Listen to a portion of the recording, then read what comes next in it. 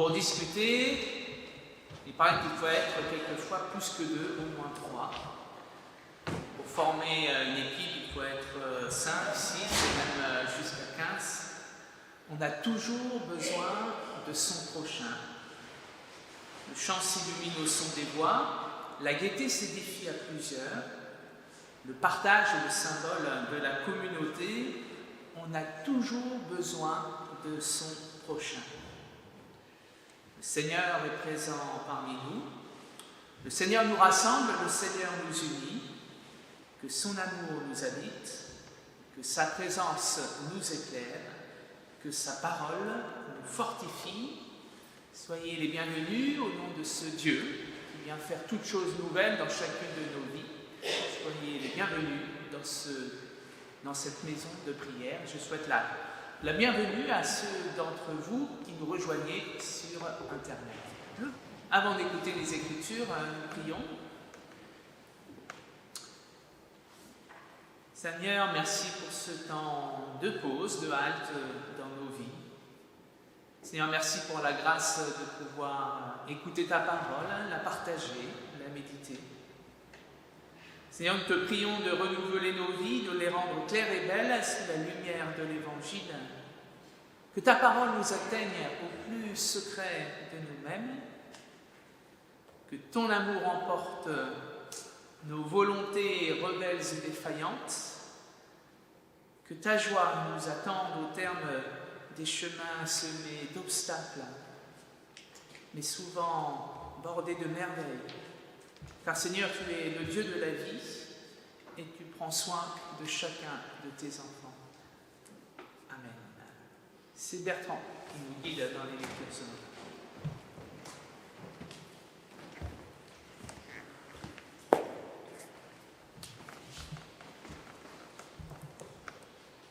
Les trois lectures du jour qui nous sont proposées se trouvent d'abord dans Ézéchiel, Ézéchiel 33, les versets 7 à 9. Ézéchiel, c'est toi que j'ai placé comme guetteur pour alerter le peuple d'Israël. Tu écouteras mes paroles et tu transmettras mes avertissements aux Israélites.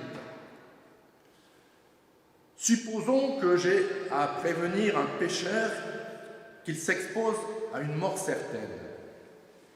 Si tu ne l'avertis pas d'avoir à changer sa conduite, ce pécheur mourra à cause de ses fautes, mais c'est toi que je tiendrai pour responsable de sa mort. Par contre, si tu avertis ce pécheur d'avoir à changer sa conduite et qu'il ne le fasse pas, il mourra à cause de ses fautes, mais toi, tu auras préservé ta vie. La deuxième lecture se trouve donc dans Romains 13, les versets 8 à 10. C'est sur l'amour du prochain. N'ayez de dette envers personne, sinon la dette de l'amour que vous vous devez les uns aux autres. Celui qui aime les autres a obéi complètement à ce qu'ordonne la loi. En effet, les commandements « ne commets pas d'adultère, ne commets pas de meurtre, ne vole pas, ne convoite pas », ceux-ci et tous les autres se résument dans ce seul commandement « aime ton prochain comme toi-même ». Celui qui aime ne fait aucun mal à son prochain. En aimant, on obéit donc complètement à la loi. Et la dernière lecture se trouve dans l'Évangile selon Matthieu, au chapitre 18, les versets 15 à 20. Si ton frère se rend coupable à ton égard, va le trouver et montre-lui sa faute, mais en demeurant seul avec lui. S'il t'écoute, tu auras gagné ton frère. Mais s'il refuse de t'écouter, prends une ou deux autres personnes avec toi, afin que, comme le déclare l'Écriture, toute accusation soit appuyée par le témoignage de 2 ou 3 personnes. Mais s'il refuse de les écouter, dis-le à l'Église. Et s'il refuse d'écouter l'Église, considère-le comme un incroyant ou un collecteur d'impôts. Je vous le déclare, c'est la vérité.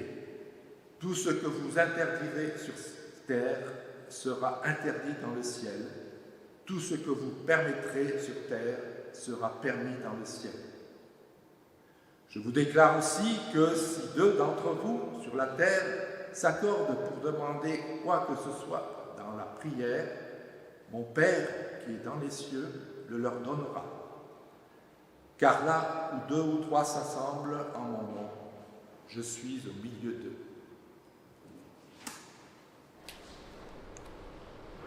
Seigneur, ta parole est la vérité, sanctifie-nous par cette vérité. Oui, le titre de la prédication, des conflits dans l'Église, et peut-être quelqu'un commence certains d'entre vous à s'effrayer. Y a-t-il des conflits dans notre Église de Grenoble? Eh bien non, chers amis, non. A priori, la situation est apaisée, il y en a eu, vous le savez bien, mais aujourd'hui la situation est apaisée, et si j'ai choisi ce titre, c'est parce que l'épître romain m'a conduit à partager avec vous cette dimension, cette thématique du conflit dans l'Église, qui est malheureusement une réalité. Et si Jésus exhorte, pour commencer par là, ses disciples, par cette exhortation, faire aimez-vous les uns les autres, c'est bien parce que ce n'est pas facile. Si c'était si facile, il ne nous le dirait pas, ça coulerait de source. Donc, aimez-vous les uns les autres parce que naturellement c'est difficile de s'aimer, et parce que naturellement être ensemble, quand des humains sont rassemblés ensemble, eh bien il y a souvent des tensions et des conflits qui adviennent. Et les textes bibliques ne disent pas le contraire, depuis l'Ancien Testament jusqu'au Nouveau Testament. Souvenez-vous, Lot et Abraham, qui partent ensemble après avoir entendu la parole de Dieu, va vers le pays que je te montrerai, ce pays qui est pour toi. Ils marchent ensemble, il y a un moment de tension. Pas assez d'herbe pour chacun des troupeaux, pour les troupeaux d'Abraham et de Lot. Conflit, il faut résoudre le conflit. Abraham, qui est le plus âgé, dit à son neveu Lot, eh bien choisis la place où tu veux habiter. Lot choisit évidemment la plaine fertile, arrosée, très bien, et Abraham part dans la montagne. Autre moment de tension, ne serait-ce que d'abord dans l'Évangile. On voit Jésus plus qu'en tension, en conflit avec les pharisiens, souvenez-vous, il les apostrophe par ces mots, race de vipères, on est proche de l'insulte là, donc tension, conflit entre Jésus et les pharisiens. Dans les Actes des Apôtres aussi, tension, conflit entre Pierre et Paul sur des fondements théologiques. Qu'est-ce qui est le premier, la loi ou la grâce? Puis après, tension également entre Pierre, Paul et puis les nouveaux chrétiens qui ne sont pas passés par le judaïsme. Est-ce qu'il faut être circoncis pour être un vrai chrétien quand on n'est pas juif d'origine? Grosse tension au sein de l'Église qui a failli faire éclater l'Église et qui est résolue par une assemblée, l'assemblée de Jérusalem, où on va peser le pour et le contre, où finalement il va être décidé que non, il n'est pas obligatoire pour des nouveaux chrétiens qui ne sont pas des judéo-chrétiens d'être circoncis. Par contre, ils doivent assumer un certain nombre de règles juives. Donc la réalité, et les textes nous le disent bien, de la vie d'Église, c'est une vie où le conflit peut advenir. Et alors comment gérer ce conflit? Comment faire face à ce conflit alors que nous sommes appelés à nous aimer les uns les autres? Alors, la première réaction, c'est peut-être de dire qu'il faut nier le conflit. L'amour, c'est nier le conflit, ne pas faire de bruit, mettre une cloche sur ce conflit, et puis on verra bien ce que ça donne finalement. Au final, c'est l'amour qui va gagner, qui va prendre le dessus. Et bien, ce qui est très intéressant, c'est que les textes bibliques nous disent aujourd'hui, non, Certainement pas, ce n'est pas la solution. Et il y a un processus de résolution de conflits qui nous est très clairement proposé, vous l'avez peut-être entendu, je vais vous le relire. Si le texte biblique le formule comme ça, si un frère, donc un membre de la communauté, a péché contre toi, et pour le traduire, est en conflit avec toi, et en tension avec toi, si tu penses qu'il t'a fait du tort, eh bien avant d'ameuter tout le monde, va le voir face à face. Et alors, si tu peux te réconcilier avec lui, tu gagneras un frère très précieux.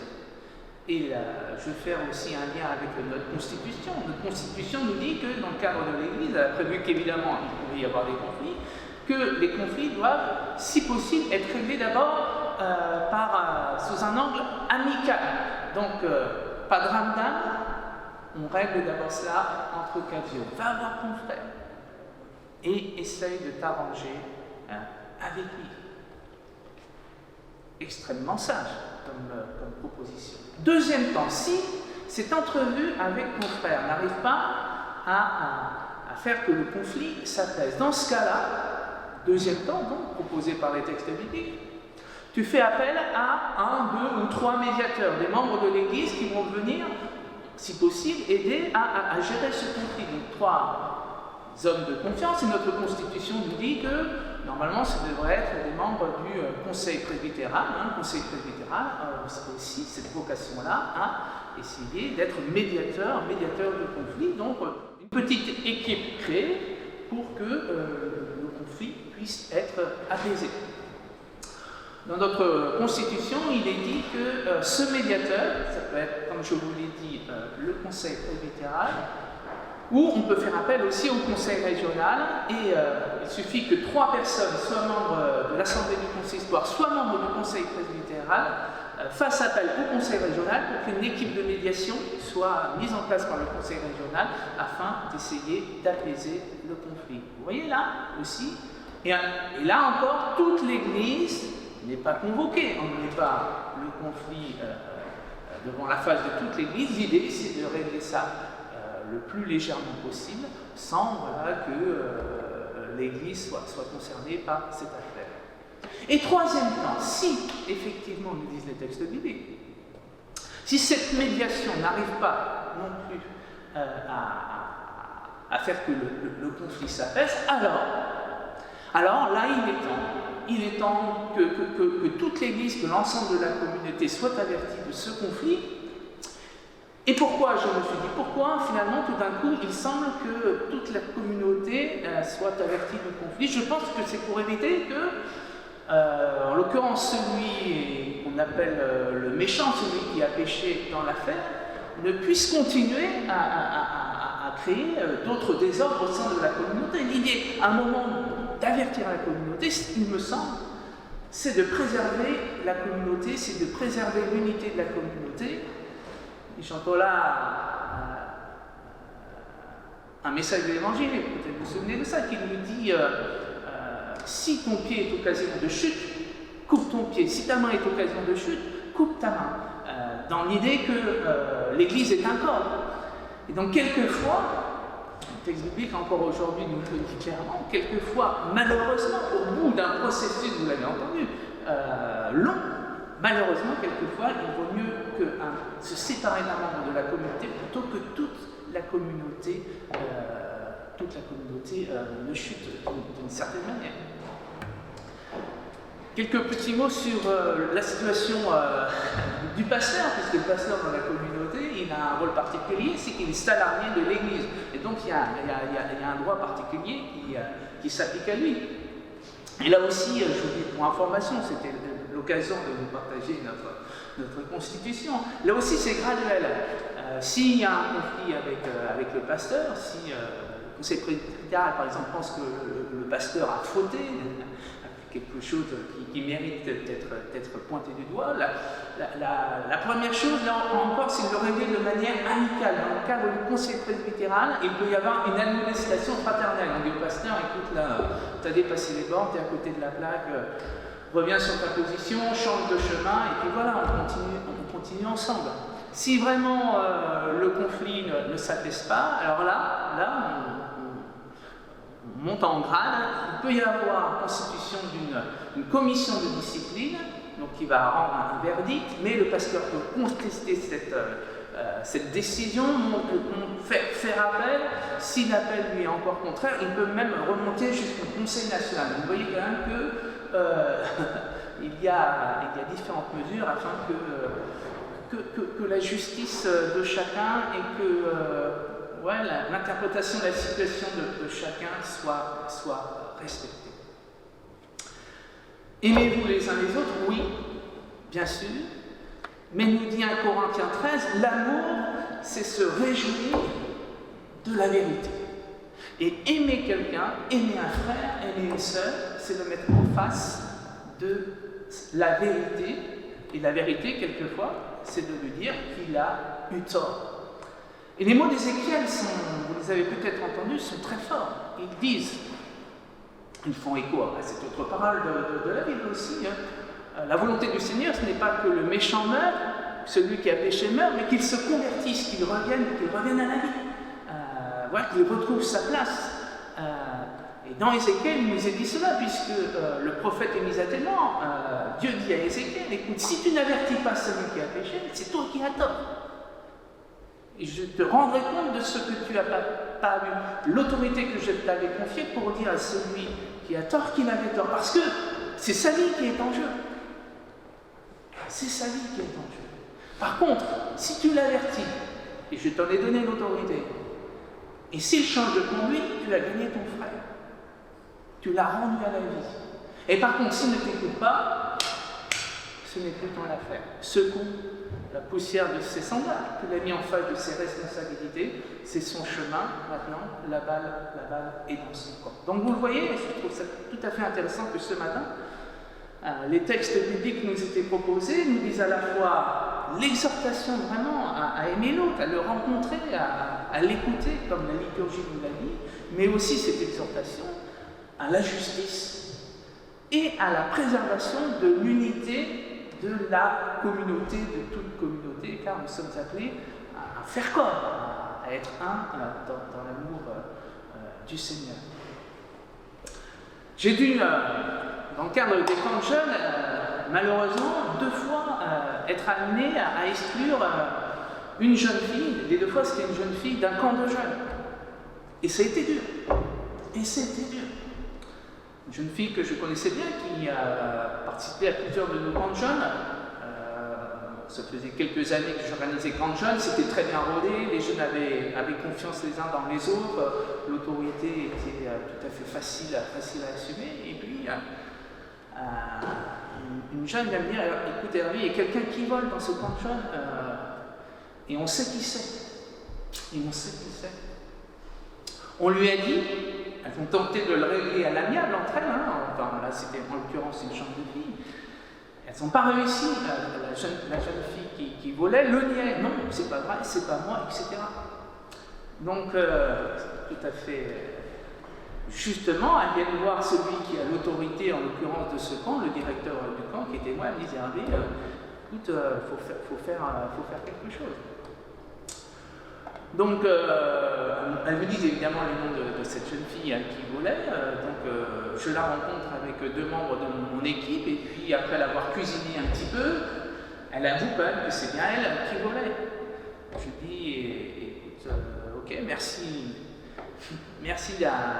de l'avoir avoué, écoute, je crois que les autres membres de camp sont prêts à te pardonner de cela, je crois que c'est suffisamment mûr spirituellement pour dire ok, c'est un faux pas, mais on te pardonne et tu continues le camp avec nous. Et effectivement, soirée, acte de repentance, annonce de la grâce, et cette jeune fille continue à participer à notre camp. 3 jours plus tard, nouveau vol. Et là, vous comprenez bien que la garder dans le camp, ce n'est plus possible. La garder dans le camp, c'est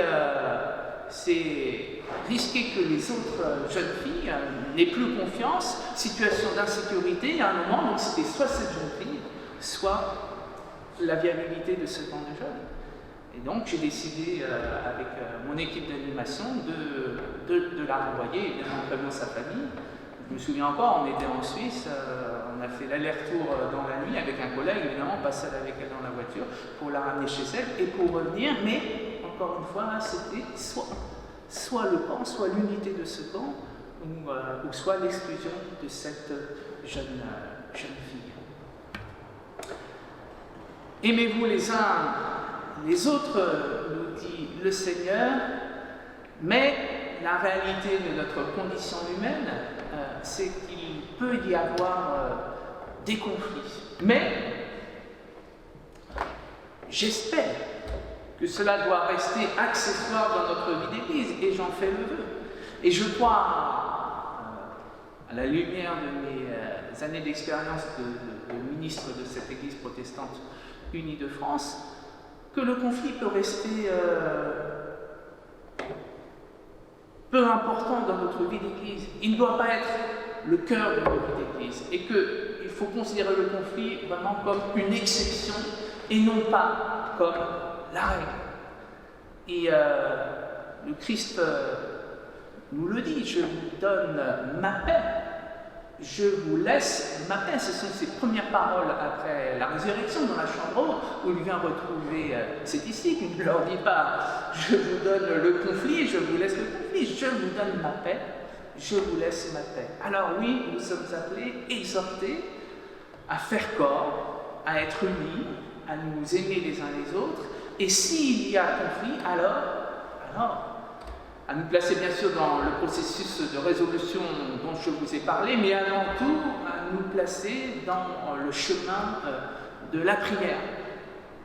J'aime beaucoup cette parole que le Christ adresse à ses disciples. À un moment où ils n'arrivent pas à guérir, alors qu'ils ont le pouvoir de guérir, selon les actes des apôtres, et à un moment où ils n'arrivent pas à guérir, je ne sais plus qui, et ils demandent au Seigneur, pourquoi n'arrivons-nous pas à guérir cette personne? Et Jésus leur dit, il y a des guérisons qui ne peuvent advenir que par le jeûne et la prière. Je crois qu'il y a des conflits aussi qui ne peuvent advenir que par le jeûne et la prière. Alors c'est ce à quoi nous nous encourageons les uns les autres, avec tout de même cette belle promesse pour finir, que Jésus nous dit dans les textes de ce matin, « Je suis avec vous dès lors que 2 ou 3 prient en mon nom, je suis avec vous, je suis au milieu de vous. » C'est une belle espérance de savoir cela. Nous nous engageons dans un temps de prière pour la résolution d'un conflit. Amen. Et puis là, quand même, vous pouvez vous dire, qu'est-ce qui s'est passé de mes relations avec cette jeune fille que j'ai exclue du camp? Eh bien, elles sont excellentes. Je suis en contact avec elle, on se parle, etc. Donc, comme quoi, vous voyez, du conflit peut naître la paix et l'amitié. Et nous chantons « Quel ami fidèle et tendre ».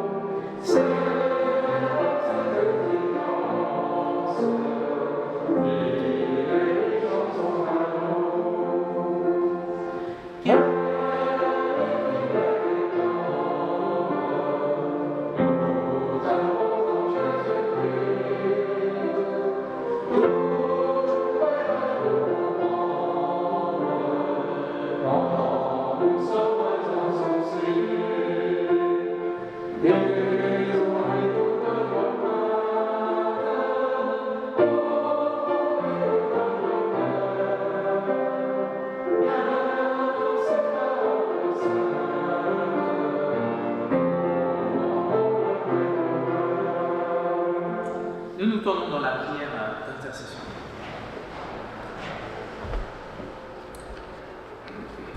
Seigneur, ranimons-nous la flamme que tu as envoyée dans ton Église et sur le monde, le jour de Pentecôte. Ce jour où, dans la chambre haute, tu as soufflé ta paix sur les disciples. Souffle ta paix sur notre communauté, sur ton Église, jour après jour. Délivre ton Église, Seigneur, de tous les préjugés, rancœurs et soupçons qui obscurcissent l'intelligence et durcissent les cœurs, empêchant les uns les autres de se comprendre, de s'aimer à ta véritable mesure. Seigneur, les textes bibliques nous le disent, de tout temps, il y a eu des conflits, des tensions. Mais nous croyons qu'avec toi, ces tensions, ces conflits peuvent être dépassés. Donne-nous cette grâce, comme quand nous y sommes confrontés. Seigneur, permets que l'Église réapprenne le langage d'amour doux et humble de ton Évangile, pour que le monde l'écoute et l'entende. Qu'elle le guide d'une main tendre et sûre à ta rencontre au lieu où tous sont assemblés en toi, toi qui peux seul reconstruire notre unité et en qui s'accomplit la vérité éternelle de toute la création. Seigneur, nous nous réjouissons, comme l'a dit Philippe, que Église et diaconat, qui ne forment finalement qu'un, peuvent marcher ensemble à Grenoble depuis des années. Nous réjouissons de ce double témoignage qui permet que ton évangile soit justement annoncé à Grenoble. Seigneur, nous te présentons ceux d'entre nous qui ont besoin du soutien de notre prière, ceux qui sont malades, ceux qui n'ont plus d'espérance, ceux qui ont perdu leur travail, ceux qui ont perdu récemment un être cher. Oui, Seigneur, que ta paix vienne sur chacun d'entre eux. Que pour tendre les mains de l'amour et être messager de l'espérance, les chrétiens, oui, retrouvent cette unité de cœur, cette unité de regard qui permet de recevoir l'autre différent comme un frère, une sœur en Christ. Communion avec les croyants de tous les siècles, nous voulons te dire une nouvelle fois, Seigneur, ensemble, notre Père qui es aux cieux, que ton nom soit sanctifié, que ton règne vienne, que ta volonté soit faite sur la terre comme au ciel. Donne-nous aujourd'hui notre pain de ce jour. Pardonne-nous nos offenses, comme nous pardonnons aussi à ceux qui nous ont offensés. Et ne nous laisse pas entrer en tentation, mais délivre-nous du mal, car c'est à toi qu'appartiennent le règne, la puissance et la gloire pour les siècles des siècles. Amen. Chers frères, chères sœurs, le Seigneur est en avant de toi pour te montrer le juste chemin. Le Seigneur est à ton côté pour te serrer dans ses bras et te protéger. Le Seigneur est devant toi pour te protéger de la perfidie des gens méchants. Le Seigneur est sous toi pour te rattraper quand tu tombes. Le Seigneur est en toi pour te réconforter quand tu es triste. Le Seigneur est autour de toi pour te défendre quand les autres t'attaquent. Le Seigneur est sur toi pour te bénir, de sorte que te bénisse Dieu. Chers frères, chères sœurs, reçois la bénédiction de Dieu sur toi, la bénédiction de Dieu sur ta vie. Il t'aime de toute éternité. Va en paix. Amen.